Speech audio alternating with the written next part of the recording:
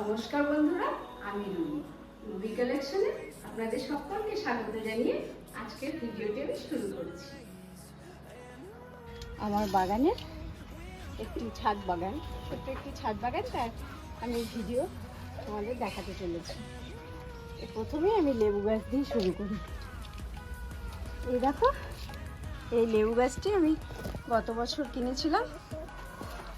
কি সুন্দর লেবু হয়েছে দেখো, কি দারুণ না? অনেকগুলো লেবু এসছে। প্রথম দিকটা দুবার, সারা বছরই লেবু হচ্ছে। প্রথম দিকটা দুবার যেন অল্প অল্প, খুব সামান্য দুটো চারটে করে হয়ে ভালো একটা ফল হয়নি।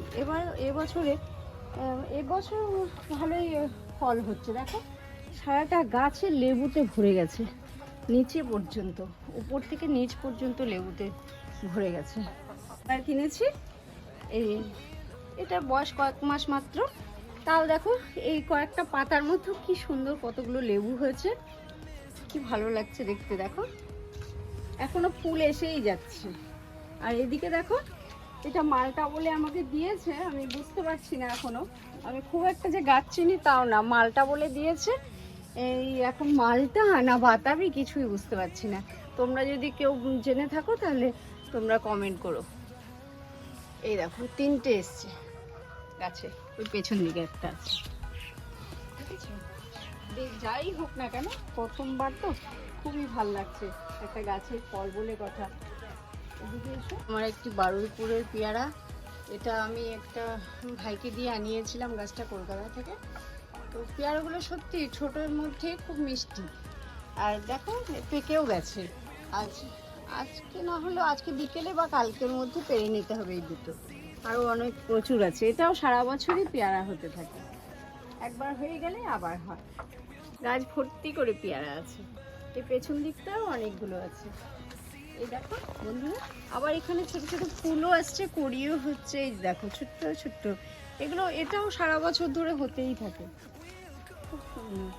এই দেখো, পেয়ারার ভারে গাছটা হেলে যাচ্ছে। ছোট্ট গাছটা কিন্তু খুব ছোট্ট, একেবারেই বড় না।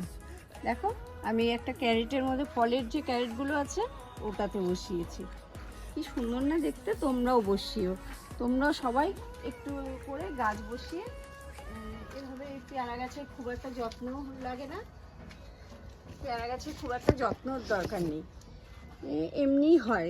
মাঝে মাঝে একটু তুমি ভাতে ফ্যান, চাল ধোয়া জল এগুলো দিলে, তারপরে সবজি পচা এগুলো দিলেই নিজে থেকে হয়, বেশি কিছু দরকার নেই। গোবর সার পেলে তো কথাই নেই। আর আরও আমার একটি পেয়ারা গাছ আছে, ওই দিকটায় দেখাচ্ছি, ওটা থাই পেয়ারা বলে দিয়েছিল। হ্যাঁ, থাই পেয়ারা বেশ এই এতটা বড় বড় হয় পেয়ারাগুলো। আগেও বেশ কিছু পেয়ারা আমরা খেয়েছি, মিষ্টি, কিন্তু খুব একদম যে বেশি মিষ্টি তাও না, মিষ্টি মোটামুটি বড় হয়। নিজের গাছের ফল যা হয় তা। এবারে অনেকগুলো ফল এসছে, ফলের গায়ে আবার কি একটা পোকা হয়েছে নাকি বিক্রি হয়েছে আমি বুঝতে পারছি না।